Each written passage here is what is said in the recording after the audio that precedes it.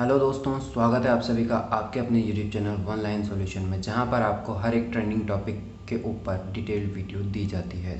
तो आज का टॉपिक है सोलर इक्लिप्स, जो कि अभी 10 जून 2021 को होने वाला है। तो इसके बारे में बात करना ज़रूरी है। इसको भी मैं एकदम सिंपल लैंग्वेज के अंदर आप लोगों को समझाने वाला हूँ। और वीडियो शुरू करने से पहले एक बात मैं आपको बता दूँ कि इस वीडियो को आप आखिर तक देखना, स्किप मत करना और बीच में छोड़ करके तो बिल्कुल भी मत जाना, क्योंकि इससे ज़्यादा सिंपल और आसान भाषा में आपको कोई भी नहीं समझा पाएगा। तो चलिए इस वीडियो को शुरू करते हैं। सबसे पहले ये बात कर लें कि आखिर सोलर इक्लिप्स या सूर्य ग्रहण है क्या। तो ये एक खगोलीय घटना है जो चंद्रमा के सूर्य और पृथ्वी के बीच में आने पर घटित होती है। तो अब सवाल ये उठता है कि सूर्य ग्रहण आखिर होता कैसे है। तो जब चंद्रमा, सूर्य और पृथ्वी एक सीधी रेखा में आ जाते हैं तब सूर्य ग्रहण का फॉर्मेशन होता है। और उस वक्त अगर न्यू मून है तभी केवल सूर्य ग्रहण होगा, अदरवाइज सूर्य ग्रहण नहीं होगा। यानी कि जब चंद्रमा पृथ्वी और सूर्य के बीच में आ जाता है और उस वक्त अगर न्यू मून कंडीशन है तभी सूर्य ग्रहण होगा। अब सवाल ये उठता है कि भैया न्यू मून क्या है, ये भी बता दें। तो न्यू मून अमावस्या के मून को कहते हैं, क्योंकि ये जो है एक first stage of lunar phase है। यानी कि इसके बाद से ही चंद्रमा अपनी कलाएं लेकर के पूर्णिमा तक जाने का फेज शुरू करता है और पूर्णिमा से वापस अमावस्या तक आने का फेज शुरू करता है। ठीक है, तो ब्लैक मून को ही, यानी कि जो अमावस्या का चंद्रमा है उसी को न्यू मून बोला जाता है।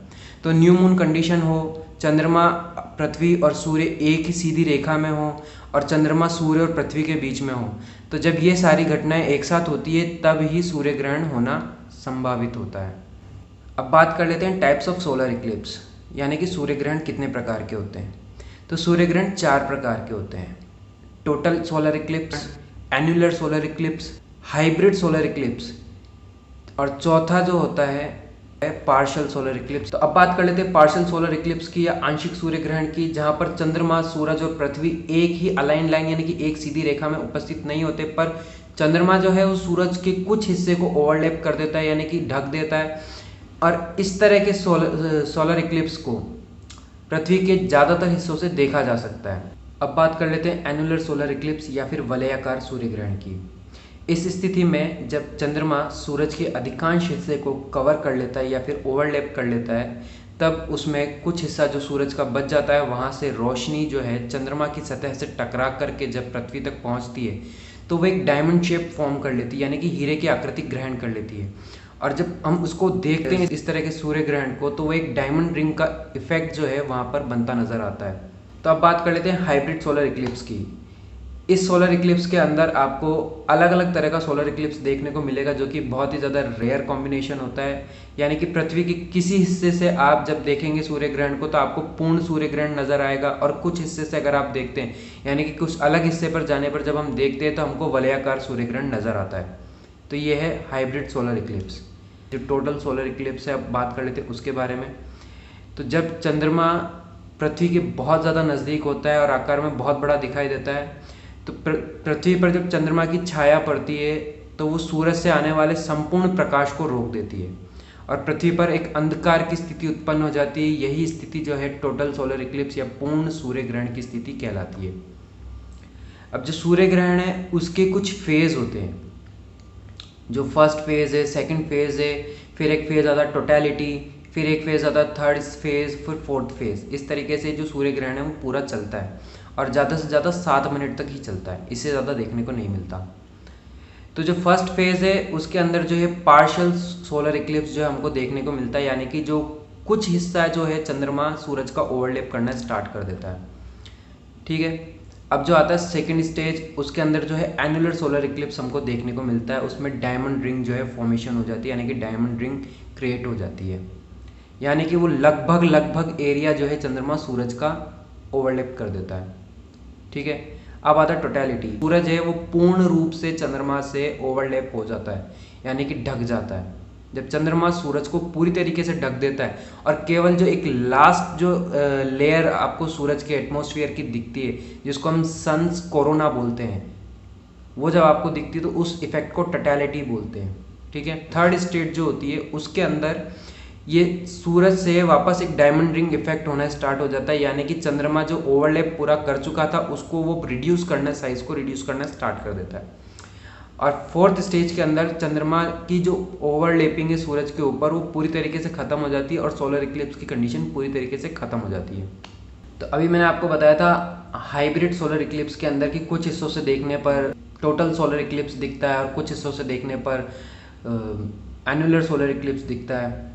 तो ये कैसे होता है, इनके कुछ टर्मिनोलॉजीज है, उम्ब्रा, पेनुम्ब्रा, एंटुम्ब्रा। तो अब इनके बारे में बात कर लेते हैं। उम्ब्रा वो होता है जहाँ पर चंद्रमा का सबसे ज़्यादा छाया पड़ती है पृथ्वी पे। जिस क्षेत्र पर सबसे ज़्यादा छाया पड़ती है चंद्रमा की, उस क्षेत्र को हम उम्ब्रा बोलते हैं। और वहाँ से आपको देखने पर टोटल सोलर इक्लिप्स नज़र आता है, जो कि बहुत ही छोटा क्षेत्र होता है, यानी कि पृथ्वी के बहुत कम हिस्से के ऊपर एक जो चंद्रमा की छाया पड़ती है, जो एकदम डेंस और डार्क छाया होती है, गहरी जो छाया होती है, वहाँ से अगर आप सूर्य ग्रहण को देखेंगे तो वो एक टोटल सोलर इक्लिप्स का नज़ारा आपको वहाँ से देखने को मिलेगा। और जो पेनुम्ब्रा होती है वो होता है एक लाइट ग्रे एरिया, यानी कि जो कम डार्क एरिया जो हम जिसको बोल सकते हैं, जहाँ पर चंद्रमा की छाया जो ज़्यादा गहरी नहीं है, वहाँ से अगर हम देखेंगे, जो कि पोलर साइड्स ज़्यादातर होती है, अर्थ की जो पोलर साइड्स होती है ज़्यादातर, वहाँ ये पेनुम्ब्रा की कंडीशन क्रिएट होती है, जो कि बहुत वास्ट एरिया हो गया पृथ्वी का। तो वहाँ से अगर हम देखेंगे तो वहाँ से हमको पार्शियल सोलर इक्लिप्स देखने को मिलता है, जो ज़्यादातर हिस्सों से हमको कहीं भी पृथ्वी के किसी भी हिस्से से ज़्यादातर हिस्से से देखने को मिल सकता है। और जो एंटुम्ब्रा है वो जो डेंस और डार्क शेडो का जो एरिया है, उसके पीछे का जो एरिया है, वहाँ से जब हम सोलर इक्लिप्स देखते हैं तो वहाँ से हमको वलयाकार सोलर इक्लिप्स या फिर एनुलर सोलर इक्लिप्स जो कि है देखने को मिलता है। अब बात कर लेते हैं कि इसको नेकेड आई से देखना चाहिए या नहीं देखना चाहिए। तो भैया इसको नेकेड आई से बिल्कुल मत देखना जब तक कि आप कोई ऑब्जर्वर नहीं हो, या कि जो शेडो लवर जो होते हैं, उनुम्ब्रा फैटिक जिनको हम बोलते हैं, उनके अगर आप वो नहीं हो तो प्लीज़ से इसको नेकेड आई से मत देखना। और फिर भी अगर आपको देखना है तो इसके लिए स्पेशल ग्लासेस आते हैं जो इसके इफेक्ट को रिड्यूस करते हैं। अदरवाइज़ अगर आपने इसको नेकेड आई से देख लिया तो आपकी जो आंखों की जो रेटिना है उसको ये परमानेंटली डैमेज कर देगी, और कुछ घंटों तक तो आपको पता भी नहीं चलने वाला कि आपकी आंखें डैमेज हो चुकी हैं। परमानेंट डैमेज ये आपको कर सकता है, क्योंकि इस टाइम पर इसके अंदर से जो रेडिएशन निकलती है, जो विजिबल रेडिएशन है, जो इनविजिबल रेडिएशन है, बहुत ही ज़्यादा स्ट्रॉन्ग रेडिएशन इस टाइम ये छोड़ता है। ठीक है, तो इस टाइम गलती से भी सूरज को देखना नहीं है। ठीक है, तो आप लोगों की क्या राय है सूर्य ग्रहण के बारे में? कमेंट सेक्शन में कमेंट करके ज़रूर से बताएं। वीडियो कैसी लगी वो भी कमेंट करके ज़रूर से बताएं। अगर अभी तक आपने चैनल को सब्सक्राइब नहीं करा तो प्लीज़ से चैनल को सब्सक्राइब कर लीजिए, ज़्यादा से ज़्यादा इस वीडियो को शेयर करिए, और वीडियो को अगर अभी तक आपने लाइक नहीं करा तो प्लीज़ से वीडियो को ज़रूर से लाइक कर दीजिए।